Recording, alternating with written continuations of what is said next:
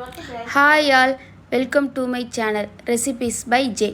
இன்னைக்கு நம்ம யூடியூப் சேனலில் என்ன வீடியோ பார்க்க போகிறோம் அப்படின்னா மல்டிக்ரெயின் தோசை மாவு மிக்ஸ், ஹோம்மேட் மல்டிக்ரெயின் தோசை மாவு மிக்ஸ். நம்ம வீட்டிலேயே ஈஸியாக ரெடி பண்ணுற மாதிரியான இந்த மாவு மிக்ஸ். இது எப்படி பண்ணணும் அப்படின்னா ஃபஸ்ட்டு நம்ம என்ன எடுத்துக்கிறோம் அப்படின்னா கருப்பு கவுனி அரிசி, இது ஒரு கிளாஸ் அளவு எடுத்துக்கிறோம். ரெண்டாவது சோளம், இதுவும் ஈக்குவல் அமௌண்ட் 1 கிளாஸ். மூணாவது கேப்பை, இதுவும் ஈக்குவல் அமௌண்ட் 1 கிளாஸ். அப்புறம் பச்சரிசி ஹாஃப் கிளாஸ் தோசைக்கரிசி, அப்புறம் ஹாஃப் கிளாஸ் உளுந்து, அதோட கொஞ்சம் வெந்தயம். இதெல்லாம் போட்டு நம்ம எல்லாத்தையும் தண்ணி ஊற்றி ஊற வைக்கணும். 5 மணி நேரம் ஊறணும். இது 5 மணி நேரம் ஊறினாலே போதும்.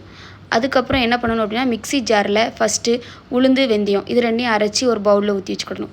ரெண்டாவது பச்சரிசி தோசைக்கரிசி இது ரெண்டையும் அரைச்சி அதே இதில் ஊற்றி வச்சுக்கிடலாம். மூணாவது சோளம், இதையும் அரைச்சி அதே மாவோடையே ஊற்றி வச்சுக்கிடலாம், தனித்தனியாக ஊற்ற வேண்டாம்.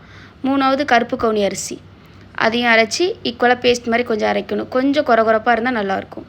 அதுக்கப்புறம் கேப்பை, இதையும் ஊற்றி அரைச்சி கொஞ்சம் எல்லாமே ரொம்ப பேஸ்ட்டாக இல்லாமல் கொரகொரன்னு அரைச்சி எல்லாம் ஒன்று போல் ஊற்றி தேவையான அளவு உப்பு போட்டு மிக்ஸ் பண்ணோம்னா நம்மளோட ஈஸியான ஹெல்த்தி மிக்ஸ் ரெடி ஆயிரும்.